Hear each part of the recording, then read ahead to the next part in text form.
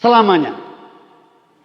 Tetapi Allah Subhanahu wa taala membersihkan siapa saja yang dikehendaki oleh Allah Subhanahu wa taala. Dan Allah Maha mendengar lagi Maha mengetahui. Sesungguhnya kita ini kotor, keji, buruk. Hanya Allah Subhanahu wa taala yang membersihkan. Dan itu selama-lamanya. Maka jamaah yang dirahmati Allah Subhanahu wa taala, jangan lupa di saat kita berdoa kepada Allah Subhanahu wa taala, berdoa minta rahmat Allah Subhanahu wa taala. Meminta rahmat Allah Subhanahu wa taala. Barangkali kita sering lupa ya. Yang kita doa adalah kebutuhan-kebutuhan dunia, rugi kita nanti. Yang kita minta hanya kebutuhan duniawi saja. Tapi tidak pernah minta kebutuhan akhirat. Allah Subhanahu wa taala pasti kasih. Allah Subhanahu wa taala berjanji kok. Wa idza sa'alaka ibadi anni fa inni qarib. Ujiba da'watad da'i idza da'an. Falyastajibu li wal yu'minu bi. Allah Subhanahu wa taala pasti mengabulkan. Entah itu sekarang, besok atau kapan, tapi Allah Subhanahu wa taala akan mengabulkan. Dan Allah punya pertimbangan untuk itu. Namun kalau kita berdoa untuk tidak sesuatu yang esensi, yang penting buat kita, maka kita rugi. Apa masa depan kita? Tidak ada masa depan kita kecuali kita mengharapkan Jannatul Firdaus. Surganya Allah Subhanahu wa taala. Hanya itu. Kalau kita mengharapkan dunia sebentar lagi habis. Kita baru saja saksikan seminggu yang lalu bagaimana kita menguburkan Ustaz Hisam atau kita menguburkan tetangga kita. Seakan dunia ini, saya sendiri yang merasakan orang tua saya meninggal, seakan-akan habis sudah dunia ini. Dunia ini tidak berarti. Ternyata semuanya harus masuk ke liang kubur. Ad-dunya fana. Dunia ini habis. Maka jamaah yang rahmati Allah Subhanahu wa taala, tidak ada yang kita lakukan. Mulai sekarang kita mulai sadar di sekitar kita sudah banyak orang yang mati. Di sekitar kita sudah banyak orang yang sakit atau mandi mendadak. Ya. Maka tidak ada lain kecuali kita harus tetap mengharapkan Allah Subhanahu wa taala. Tidak ada lainnya. Jamaah yang rahmati Allah Subhanahu wa taala. Lalu bagaimana kita untuk bisa masuk surga? Ada 3 cara. Manusia ini dihisap oleh Allah Subhanahu wa taala sebelum masuk surga. Jamaah yang rahmati Allah Subhanahu wa taala, di dunia ini tidak ada yang sama urusan keimanannya. Di antara 1 juta orang atau 10 orang atau di antara kita ini tidak ada yang sama kadar keimanan kita. Maka jamaah yang rahmati Allah Subhanahu wa taala tinggal ada satu pilihan. Ya. Yaitu Allah Subhanahu wa taala berfirman di dalam surat Al-Insan, A'udzubillahi minasyaitonirrajim, inna hadainahu sabila imma syakira au imma kafura. Sesungguhnya kami telah menunjukkan jalan yang lurus. Inna hadainahu sabila. Inna hadainahu sabila. Sesungguhnya kami telah menunjukkan jalan yang lurus. Imma syakira au imma kafura. Ada yang bersyukur dan ada pula yang kafir, yang kufur. Tinggal pilih mau syukur atau kafir. Allah Subhanahu wa taala sudah tunjukkan jalannya. Kemudian Allah Subhanahu wa taala berfirman juga dalam surat Al-Fatir ayat yang 32, A'udzubillahi minasyaitonirrajim, summa awrasnal kitaba alladzi istafaina min ibadina faminhum dzalimun li nafsihi wa minhum muqtasid wa minhum sabiquna bil khairat biidznillah dalikal fadlul kabir. Kemudian jamaah yang rahmati Allah Subhanahu wa taala, kitab itu kami wariskan kepada orang-orang yang kami pilih. Ini Allah Subhanahu wa taala memilih. Kitab itu diwariskan pada orang-orang yang dipilih oleh Allah Subhanahu wa taala. Summa awrasnal kitabal ladzi istafaina. Di antara hamba-hamba kami. Lalu di antara mereka ada yang menganiaya dirinya sendiri, dhalimul nafsi, menganiaya dirinya sendiri. Dan ada di antara mereka yang pertengahan. Wa minhum muqtasid. Pertengahan. Tak kono lagi gini. Pertengahan. Kemudian wa minhum sabiquna bil khairat. Dan di antara mereka ada pula yang lebih dahulu berbuat kebaikan dengan izin Allah Subhanahu wa taala. Yang demikian itu adalah karunia yang paling besar. Jamaah yang rahmati Allah Subhanahu wa taala, hanya dengan 3 cara ini. Ya, dzalimu li nafsi, muqtasid, atau sabiquna bil khairat. Tinggal pilih. Kita mau mati dihisab dengan apa? Yang pertama, adalah sabiquna bil khairat. Ya, jumlah mereka ini tidak banyak. Disebutkan oleh Rasulullah sallallahu alaihi wasallam 70.000. Hanya 70.000. Sedikit dibandingkan yang lain. Yang meninggal, yang mati dihisab nanti masuk surga tanpa hisab 70.000. Bahkan waktu itu ada hadis Nabi yang mengatakan ketika Rasulullah sallallahu alaihi wasallam bersama jamaah, bersama mustami'in, sama para sahabat yang lain, dia mengatakan nanti akan ada 70 orang yang masuk surga tanpa hisab. Kemudian berdirilah Ukasha. Spontan karena ini adalah sebuah kebaikan dan dia tidak mau menunda-nunda lagi kebaikan itu, maka berdirilah Ukasha. Kemudian Ukasha mengatakan, "Ya Rasulullah, doakan saya bagian daripada mereka." 70 orang itu. Kemudian Rasulullah sallallahu alaihi wasallam mendoakan dan dikabulkan. Doa Rasulullah pasti dikabulkan. Kemudian tidak lama ada sahabat lagi dari Ansor berdiri. Apa kata Rasulullah sallallahu alaihi wasallam? Laqad sabaqa Usama. Laqad sabaqa Ukasha. Kamu telah didahului oleh Ukasha. Maka jamaah rahmati Allah Subhanahu wa taala, hikmah dari hadis ini, kebaikan tidak bisa kita tunda. Begitu ada kesempatan, itu adalah kesempatan kita. Begitu ada kesempatan, begitu ada kita. Untuk kebaikan kita tidak mempersilahkan orang lain. Untuk kebaikan kita tidak mempersilahkan orang lain. Untuk kebaikan ada di diri kita. Kalau kita sudah berada di soft, kemudian soft di samping kita ini, ya gak? Kemudian ada orang yang lebih tua misalnya, gak ada istilah pekewo mempersilahkan orang ini untuk masuk ke soft itu. Tapi lebih dulu kita, karena ini kebaikan. Paham ya? Saya dimengerti ya? Jadi kalau soft itu, kita maju dulu, kita berebut soft. Bukan mempersilahkan orang meskipun dia tua. Dalam urusan kebaikan. Tapi nggak tahu kalau adat Jawa biasanya pertimbangannya karena pekewo. Ya. Adat kita karena pertimbangannya pekewo. Gak ilo, gak sopan. Tidak. Bukan itu. Tapi itu adalah satu kebaikan yang harus kita raih. Ya. Kadang-kadang kita masih sering dengar bensin tua-tua dhisik. Padahal enggak, kesempatan itu siapa saja punya hak untuk mendapatkan kebaikan kesempatan itu. Maka kemudian jamaah rahmatullah subhanahu wa ta'ala, ya, as-sabiquna bil khairat, akan masuk surga tanpa hisab ini berarti orang yang bersegera menuju kebaikan.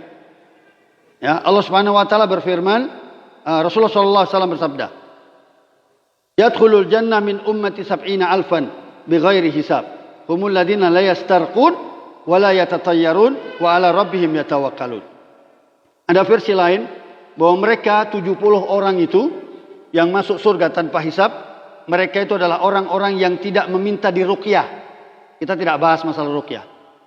Bagaimana meminta ruqyah ini dan sebagainya, saya tidak bahas itu. Ya. Kemudian tidak melakukan tatayur, tidak pesimis, ya. Tidak ada apa namanya? Apa itu Ustaz Gufron, kalau ada burung terbang gitu ya. Itu ada tanda-tanda, ini ada ini, atau ada kelelawar yang masuk rumah. Ini bakal ada ini dan sebagainya. Ya, tatayur namanya. Kemudian dan hanya bertawakal kepada Allah Subhanahu wa taala. Itulah orang-orang yang mereka 70 yang masuk surga tanpa hisab. Mudah-mudahan kita bagian dari itu. Ya, kita harus bersih dari urusan syirik, dari urusan segala-galanya. Ya, kita belajar tauhid untuk membersihkan diri kita dan menghadap Allah Subhanahu wa taala seperti bayi yang baru lahir. Ya. Kemudian jamaah yang hormati Allah Subhanahu wa taala. Ibnu Taimiyah juga menyebutkan bahwa orang-orang yang melaksanakan semua kewajiban yang Allah Subhanahu wa taala bebankan dan menjauhi semua larangannya, selain itu sisa waktunya untuk mereka miliki, mereka isi dengan amalan-amalan sunnah, itu mereka termasuk orang-orang yang 70 masuk surga tanpa hisab. Jangankan yang makruh, ya. Mereka sangat berhati-hati dengan hal-hal yang kayaknya ini membawa ini dosa ponda. Ini halal banget. Ini misalnya nih, kita nemu di jalan atau nemu di tengah di masjid. Kijane wae sopo. Karena kehati-hatiannya dia sampai meskipun halal kan di dalam masjid untuk umum, siapa saja bisa minum. Tapi karena ini tidak bertuan sehingga dia hati-hati betul. Jangan diminum, ini kayaknya ada yang punya nih. Maka sampai sedetail itu orang yang kehati-hatiannya mereka adalah termasuk golongan orang yang masuk surga. Itu menurut Ibnu Taimiyah. Kemudian jamaah yang rahmati Allah Subhanahu wa taala, masuk surga dengan hisab yang ringan. Apa itu tadi? Muktasid. Yang ringan. Berarti orang yang sedang tidak buruk dan tidak istimewa. Tidak buruk dan tidak istimewa. Muktasid di tengah. Tidak buruk dan tidak istimewa. Perbedaan mereka adalah dengan sabiquna bil khairat pada amalan-amalan sunnah dan sikap mereka terhadap yang makruh dan yang mubah. Untuk semua kewajiban dan larangan, kewajibannya ditunaikan dan larangannya dihindari. Muktasid ini memenuhi aturan Allah Subhanahu wa taala sebagaimana mestinya. Begitu juga dengan akidahnya, diperbaiki akidahnya. Kita janganlah kalau bisa jangan yang muktasid, kita pilih yang sabiquna bil khairat. Ya, pilihan ini jangan kita pilih yang muktasid, kita pilih yang aku setengah-tengah saja. Jangan, kita milih yang terbaik. Pasti kita mesti manusiawi, kita ingin yang terbaik. Kemudian Rasulullah Shallallahu Alaihi Wasallam bersabda, saya bacakan artinya saja. Setiap orang yang menjalani hisab pada hari kiamat pasti celaka. Semua orang yang menjalani hisab pasti celaka. Aku pun bertanya, wahai Rasulullah Shallallahu Alaihi Wasallam, bukankah Allah Subhanahu Wa Taala telah berfirman, barang siapa menerima kitabnya dengan tangan kanannya, maka ia akan dihisab dengan ringan. Kemudian beliau Rasulullah Shallallahu Alaihi Wasallam menjawab, hanya saja itu adalah ta'rid al-i'rad, yaitu sekedar untuk diperlihatkan. Dan tidak ada seorang pun menghadap hisab pada hari kiamat kecuali ia diazab. Ya, jamaah rahmatullah SAW. Jadi buku kitab itu hanya untuk i'rad, untuk ditampilkan, ditunjukkan saja. Tapi prosesnya juga mulai hisab dan diazab. Nah, kemudian jamaah rahmati Allah Subhanahu wa taala. Ini masih panjang waktunya, Pak. 5 menit. Saya nggak biasa ceramah panjang. Nah, jamaah rahmati Allah Subhanahu wa taala. Yang terakhir. Ayat ini perlu diingat, nanti dikaji lagi ya. Ayat yang yang saya sampaikan di atas tadi. Surat Fatir tadi ya. Ayat 32. Mereka yang dihisab dengan berat. A'udzubillahi min dzalik. Jangan sampai kita mengalami hisab yang sangat berat. Yaitu mereka yang dolimu li nafsi. Maka kita selalu berdoa kepada Allah Subhanahu wa taala, inni dolamtu nafsi dulman katsira. La yaghfiru dzunuba illa anta. Itu jangan lupa di doa. Doa itu di akhir mau tasahud akhir ya Pak ya. Ya. Jadi kita mau sebelum salam itu dibaca. Rabbi dzalamtu nafsi dzulman katsiran la yaghfiru dzunuba illa anta. Kemudian mereka ini yang menzalimi diri sendiri adalah orang yang tahu adanya kewajiban, ngerti adanya kewajiban dan larangan, namun mereka sengaja melanggar. Lalu meninggalkan dunia sebelum sempat bertobat. Ngerti sebetulnya kalau ini larangan, ini perintah. Tapi mereka mengabaikan. Dan tidak sempat bertobat. Dan bahkan mereka itu melakukan syirik. Tidak hanya syirik yang kecil, syirik akbar pun mereka lakukan. Lalu di akhirat status mereka adalah tergantung kepada yang dikehendaki oleh Allah Subhanahu wa taala. Mau dimasukkan ke surga atau dimasukkan ke neraka. Jika Allah Subhanahu wa taala menghendaki, maka Allah Subhanahu wa taala langsung memasukkannya ke dalam neraka. Atau Allah Subhanahu wa taala menghendaki dimasukkannya ke dalam surga atau diampuni Allah Subhanahu wa taala. Karena mungkin ada amalan-amalan baik, ya. Maka jamaah rahmati Allah Subhanahu wa taala, di dalam surat An-Nisa ayat 116 Allah Subhanahu wa taala berfirman, "Innallaha la yaghfiru ayyushraka bi wa yaghfiru ma duna dzalika liman yasha." Sesungguhnya Allah tidak mengampuni dosa orang yang mempersekutukan Allah Subhanahu wa taala dengan Dia, dan Dia mengampuni dosa-dosa selainnya dari syirik. Dan itu bagi siapa saja yang dikehendaki. Syirik, kita berbuat syirik, kita tahu, sadar, kita tobat, insya Allah diterima oleh Allah Subhanahu wa taala tobat kita. Tobat, syaratnya dengan bertobat. Dan Allah Subhanahu wa taala juga mengampuni dosa-dosa yang lain. Ya. Namun kalau sampai mati dia tetap melakukan perbuatan yang dilarang oleh Allah Subhanahu wa taala dan dia tidak bertobat, maka tentu Allah Subhanahu wa taala punya kehendak untuk itu, memasukkannya ke surga atau ke neraka. Jamaah yang dirahmati Allah Subhanahu wa taala.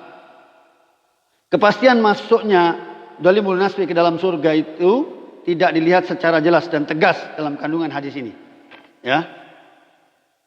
Kemudian Rasulullah SAW juga bersabda dalam hadis yang lain, apabila penghuni surga telah masuk surga dan penghuni neraka telah masuk neraka, Allah akan berfirman, barang siapa di dalam hatinya ada sebiji iman, misqala dzarratin minal iman, sebiji sawi iman, kemudian keluarkan ia dari neraka.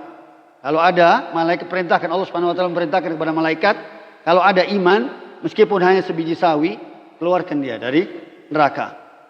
Maka mereka akan dikeluar dalam keadaan hangus dan menghitam legam. Kemudian mereka akan dilemparkan ke Nahlul Hayah, yaitu sungai kehidupan. Lalu mereka akan ditumbuh seperti tumbuhnya biji yang dibawa aliran air. Lalu beliau melanjutkan, Rasulullah SAW, tidakkah kalian tahu bahwa biji tumbuh berwarna kuning dan mengkilau, murub, ya. Kemudian jamaah rahmati Allah Subhanahu wa taala, begitu pula Rasulullah SAW bersabda, artinya akan keluar dari neraka satu kaum setelah mereka terjilat oleh apinya. Lalu mereka masuk ke dalam surga. Para penghuni surga menamai mereka dengan Al-Hajaminiyun, ya, mantan penghuni Jahannam. Na'udzubillah min dzalik. Maka jamaah rahmati Allah Subhanahu wa taala, ya, sebenarnya jika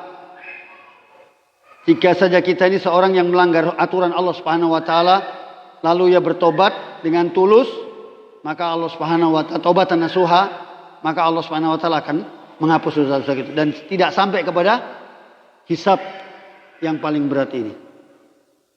Demikian jamaah rahmati Allah Subhanahu wa taala, mudah-mudahan ini bermanfaat buat saya dan antum sekalian.